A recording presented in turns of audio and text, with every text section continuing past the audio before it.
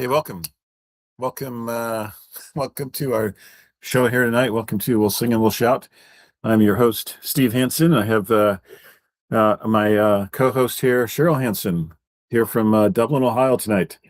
We actually have Cheryl's smiling face online for the first time. So tonight, Heidi and I flew in here last night, got in about 9 o'clock to Port Columbus Airport. And today we went over to church at the Hilliard Ward, and then went over and swam at Cheryl's daughter Zach and Allison's home. Had a great afternoon there, ate some French dip, came back, took a nap, watched a little TV, did a little grocery shopping, and we watched the sheep movie. It was really fun. Yeah, that was pretty good with Hugh Jackman.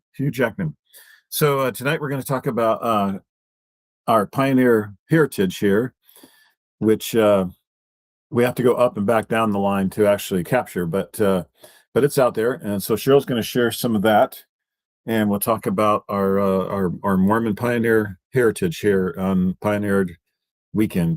Pioneer Day was July 24th.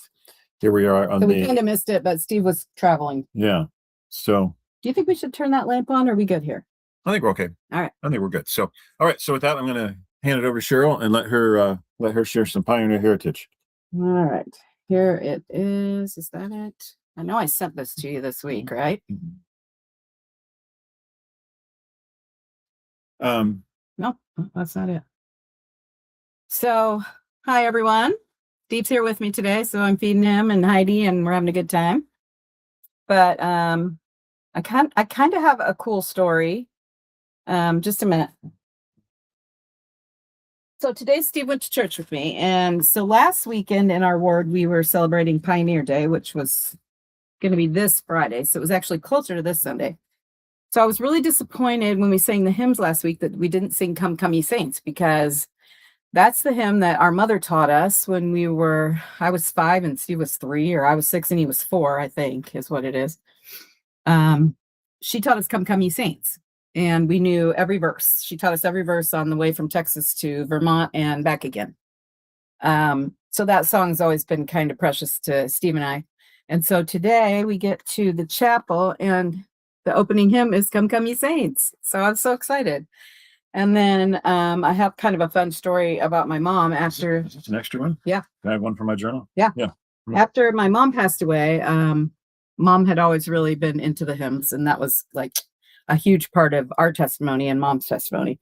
So one day I was going back to church at Jonesville Branch, which is where I was attending at the time. And as I pulled into the parking lot of the chapel, I said, Mom, send me a message through the hymns today. And so the very first hymn that we did was a hymn called Carry On. And it's just, I said, Mom, just send me a message. And so the hymn was called Carry On, and it talks about youth of the noble birthright and all these. It's a great hymn. Anyway, so that was our closing hymn today. So I thought that was pretty neat that both of those hymns were sung at church today. But did you find that email I sent you with all the Pioneer stuff? Because otherwise I can probably find it on my phone. I don't know why it's not popping up on my computer. I can find it. Oh, here it is. Okay, I just want to see which email it's in. It looks like it might be on my Cheryl 11 Showalter. I have so many emails. Being a realtor, I have a realtor email, and then I have 2 other Gmails, and then I also have an AOL, which I use for all the junk. Oh, you still have an AOL? Yeah, when you go to the department store and they want you to like sign sign up for your email, I put that one on because I never check it. Right. So, all right. So while she's looking for that, I'll just admit I haven't been doing a lot of fasting since I've gotten to Cheryl's house. No, he's been overeating, actually. Well, I fasted all day yesterday. I was going to fast until lunch today, but when I got here last night, just hanging around being here at Cheryl's house, I had a bit of a breakdown. And what did we have? We had cauliflower crust pizza from Costco, which is supposed to be good for you. Which was, yeah, it tastes good. It was actually pretty loaded, but ate 3 pieces of that last night at 10:30, 11 o'clock at night. Yep. But then we had cantaloupe for breakfast, and that was really good. We had French dip for lunch, and then we had, what was this called tonight? We had frittata Frittata. with fresh garden vegetables, and I'm Good, going to yeah. send the recipe to Steve's daughter so they can make it at home. Yeah, and that actually it was really good and good for you. Have a lot of good stuff in it. And Yep. then I just had a McDonald's cheeseburger and some McDonald's Coke. So anyway, all right, go ahead. All right, I'm ready. So Steve and I, our parents joined the church when I was 5. We lived in College Station, Texas, because our dad was teaching at Texas A&M. And on my 5th birthday, after the party was over and everybody went home, we had a knock at the door, and it happened to be some elders, some missionaries. And our mom just flew open the door and said, "Sure, come on in." And they thought maybe they were members that they just hadn't met yet. But my mom and dad had been to Salt Lake City and heard the choir, and just were really impressed with all things Mormon, apparently. So they opened the door, and mom started reading the Book of Mormon, and in November, I think she joined the church, right? November, October. Yeah. Something like that. And then dad joined fairly quickly after. I think they kind of thought that Mormons were kind of like Amish. You just kind of, you grow up that way, and you either are Amish or you're not. You can't really just like become Amish. But Right. And I think that's generally true. Maybe you can actually become an Amish if you want to do that, but that's not necessarily true of It's more of a family heritage. Yeah, it's more, yeah. But with a Latter-day Saint, you can easily become a Latter-day Saint. All you got to do is invite the missionaries in, and do the simple things that they ask you to do, and next thing you know, you'll be in the water getting baptized, and you'll be on your way. Right. So, all right. So Steve and I thought that our parents were the first ones in our family to be LDS, and mom got a lot of business from her mom and dad, and from some of her relatives about joining the church. They weren't too happy about it. And dad got some pushback on his side of the family too. They weren't quite as obvious about it, but they weren't happy about it either. So we thought our parents were like the pioneers in our family. And just a few years ago, I was sitting on my couch when we lived in Bellevue, and I opened my email, and it said, "You have a pioneer relative, like an LDS pioneer relative." And I was like, "Yeah, that can't be right. How's that even possible?" And so I looked it up, and it was some lady named Eliza. I've got her in here, I think. Her name was Eliza, and she was one of the first sister missionaries to the Midwest. She actually went west with the Saints and then came back to the Ohio area to be a missionary. And I was like, well, what a cool story. That's really neat. And then as I'm getting ready to close the computer, it said that she was one of 20 relatives that we had that crossed the plains with the Saints. And I was like, that just doesn't make sense. That can't be true.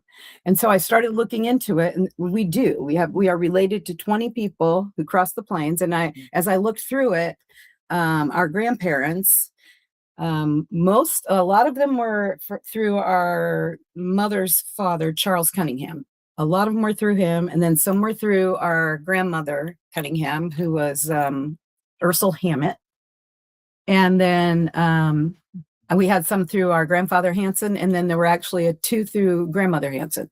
So we have all 4 of our family lines. Our grandparents had Saints in their background that crossed the plains and went to Utah. And cousins, however times removed or whatever. Yeah, but they're related to us. Yeah. And they were in Nauvoo, and one of the relatives we had actually crossed the prairie with Brigham Young was one of the first companies, was in the actual Pioneer Day that we celebrate on July 24th, because that was the day that the Saints came down into Salt Lake Valley.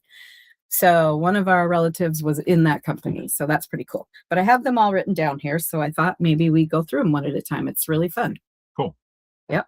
I love it when you take charge of the live, because then I can sit back and eat peanuts and drink pop. Eat your peanuts. All right. So we talk about in this email I sent to Steve and all my brothers, I said, we honor Pioneer Day, which is celebrated in the West on July 24th. This is the day set to honor the Mormon pioneers who traveled from Nauvoo, Illinois to Salt Lake City, Utah to make a new home for themselves in the West. The first group of Saints arrived in the Salt Lake Valley on July 24th, 1847. They were driven out and left their beautiful homes and city to avoid persecution in an extermination order by the governor of Missouri, Governor Boggs. Actually, there was an extermination order. You could kill a Mormon just, for fun. You wouldn't be put in jail for it. So And they actually just rescinded that like 10 years ago. Right. Yeah, which is pretty funny. You could have killed a Mormon for free, but until 10 years ago. So you missed your chance. The only group in the U.S. that's had an extermination order against them was LDS. But so I believe that my parents, Bob and Barbara Hansen, were the pioneers in our family, or the first members to join the LDS faith. And then I explained what I've already explained to you about the missionaries coming in. So we always kind of teased about Utah Mormons whose relatives crossed the plains with the handcart companies and wagon trains, and how we didn't fit the mold because our family was new converts. So Sunday I opened a thing from Family Search, and it said, you have pioneer ancestors. I've already explained that to you. So let me see where we started here. And I did get that same email, probably maybe the same day you did. Yeah. And I looked through it too. Yeah. So the first relative that came up was a Camilla Wyrick, who traveled with the Silas Richards Company. She was 35 when she left Iowa for Salt Lake City and traveled 107 days to get to the Rocky Mountains. I then looked up my relationship between myself and Camilla, and it turns out we are related through my mom's mother, Ursula Louise Hammett. And I am named Cheryl Louise, so I'm named after Grandma Cunningham. I didn't realize for a while that I'm actually named after both of my Cunningham parents, because their names were Charles and Louise, and I'm Cheryl Louise, and Cheryl's the feminine for Charles. So Mom was really sucking up at that. Oh, yeah. I don't know. I am named Cheryl Louise after Charles and Louise. I never knew that. Yeah, I didn't either till a few years ago when I was looking at baby names, and it said Cheryl's the feminine for Charles, and I was like, holy crap. So I know where Arthur comes from. Where does Stephen come from? How did they decide that? I don't know. Oh. I don't know that one. Oh. I guess they just liked it. There you go. Because I don't know of any relatives we have that are Stevens. Right. So anyway, so I was named after my grandmother Cunningham, which I loved. I loved her. She was an amazing grandma, and she was always so much fun.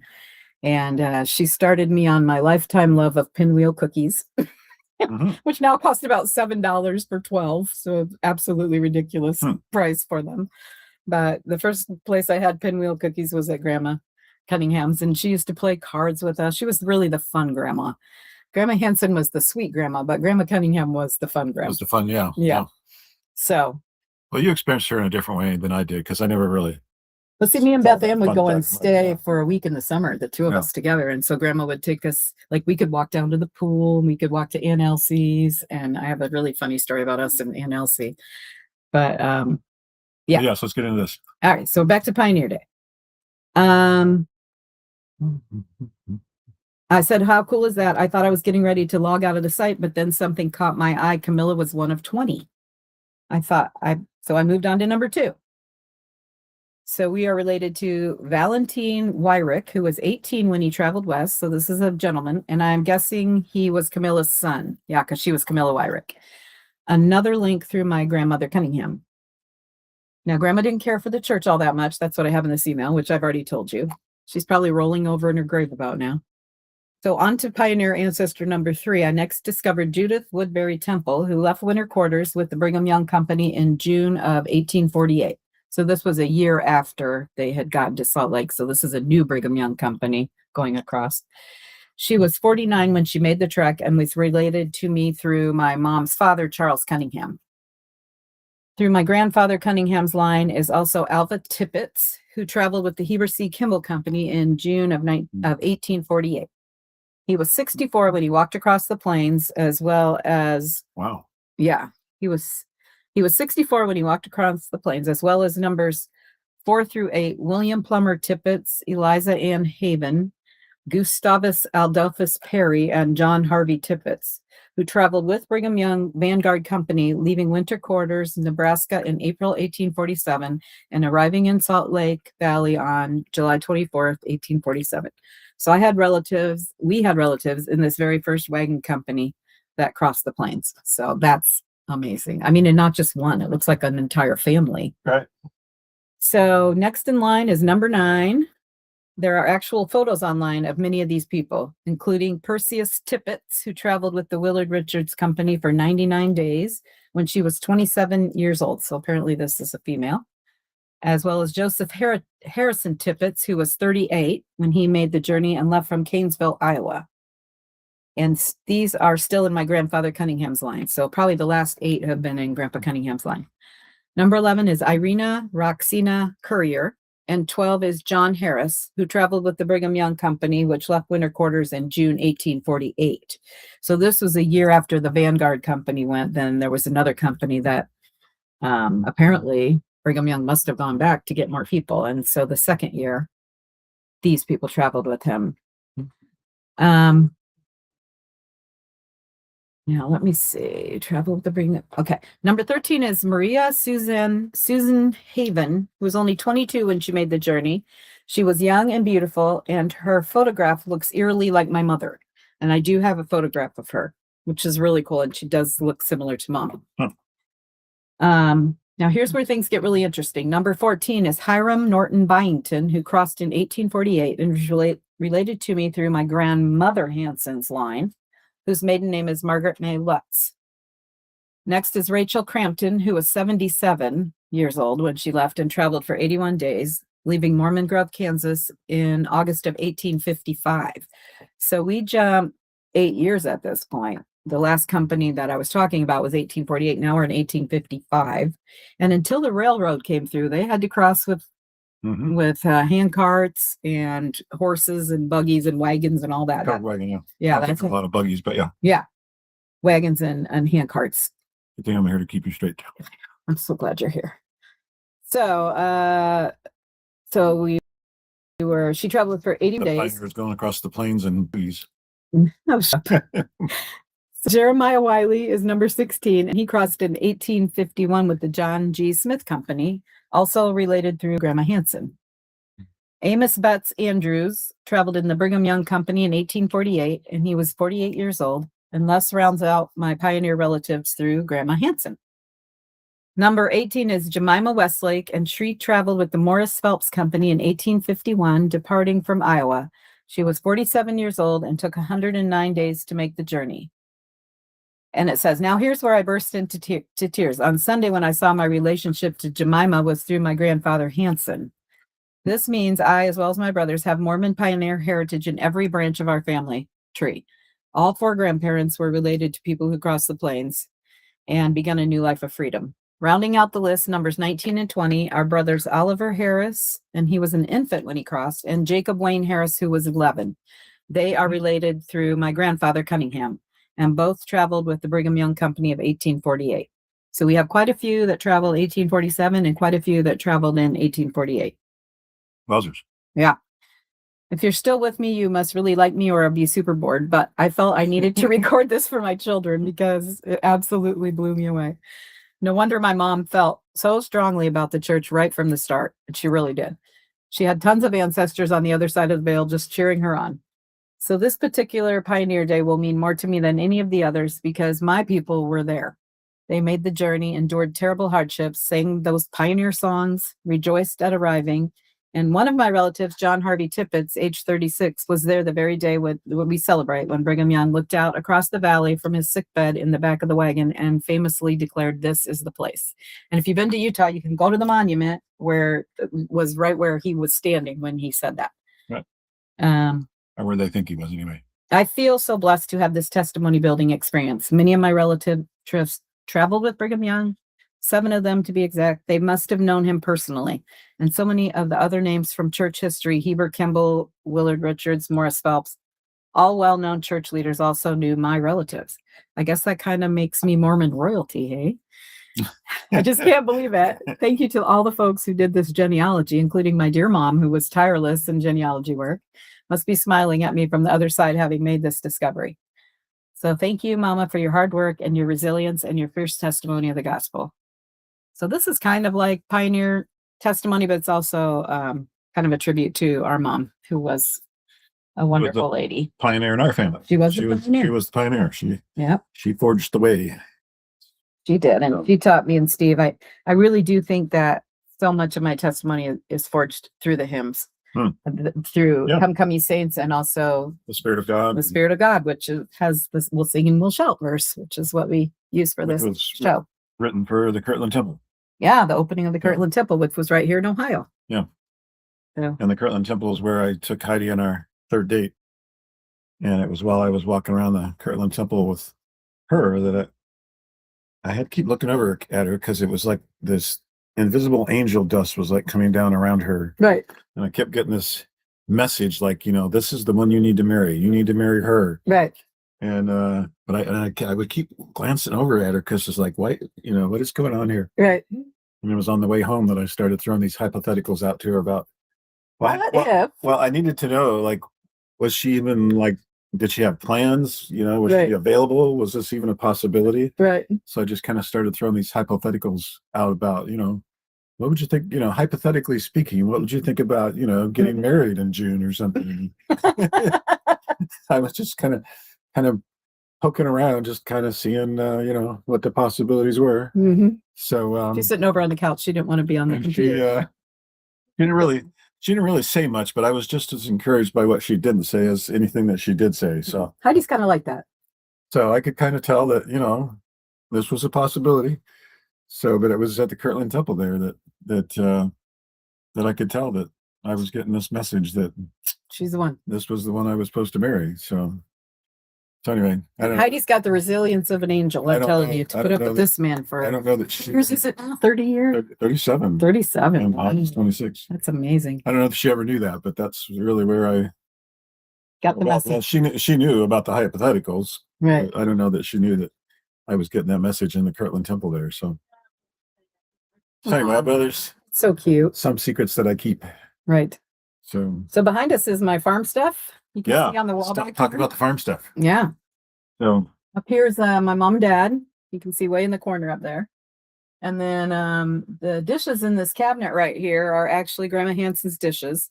I used to have about 6 sets of dishes, and I've given them all up except for my farm dishes because whenever we went to Grandma Hanson's house, this is what we ate off of. So go grab. And then you got your collection of cows here in the barn. Got my cows. And then this is Greyhaven, and these are just some farm pictures that I've gotten through the. Actually, this one in a larger size was above the table in the kitchen. Right. I used to stare at it. Yeah, in the farmhouse. Yep. But these are Grandma's plates. This is the meat platter, but it's called the Friendly Village. And I think at the time, like if you collected green stamps or whatever that was at the grocery store, that you could bring home plates. Oh, really? Yeah. So there you go. So that's the only dishes I couldn't give up was my farm dishes. So I love them. Right. But well, so that is some information there on our amazing pioneer heritage. We feel very connected now. And tomorrow night, where are we at here? No, there's about a half hour. So yeah, tomorrow night we'll be doing segment 24 of the Cheryl's countdown calendar, although we really don't have a calendar. So it's just really Cheryl's boyfriend's countdown. Well, we wanted to kind of make it after David Letterman's countdown calendar, but we don't really have a countdown calendar. We never got the calendar figured out. No. So I think we'll drop the calendar word and just go with Cheryl's countdown. Cheryl's boyfriend countdown. So this week we're going to be discussing Aaron Romney. Aaron Romney. Okay. Yeah. We don't know if he's related to Mitt, but it's very possible. Yeah. Yeah. Was he Rick's? He was he ran the frozen yogurt store in Rexburg. Okay. Him and his brother. Okay. And it was called Mill Hollow Frozen Yogurt. I can see why you would have got connected there. I know, right? Yeah. Me and Lonnie used to go up there a lot for frozen yogurt. It was either that or flirt with Aaron Romney. I don't know. One of the two. Right. Or some of both. Yeah. And I do have a picture of him, so you'll get to see that tomorrow night. Yeah. And you'll get to see how cute I was when all those boys were after me. And Heidi will be at Angie's, right? So Cheryl will be here, and I'll be up at Heidi's sister's up in Orville, and we'll be doing our dual thing. Mm-hmm. And maybe we'll just have you come on camera tomorrow night, huh?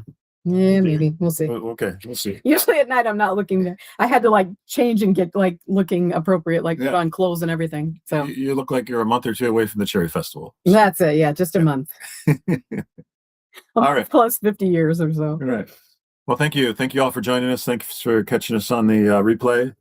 And we will catch you tomorrow night, same time, same station. Take care. Yep. Good night. Good night, everybody. So. How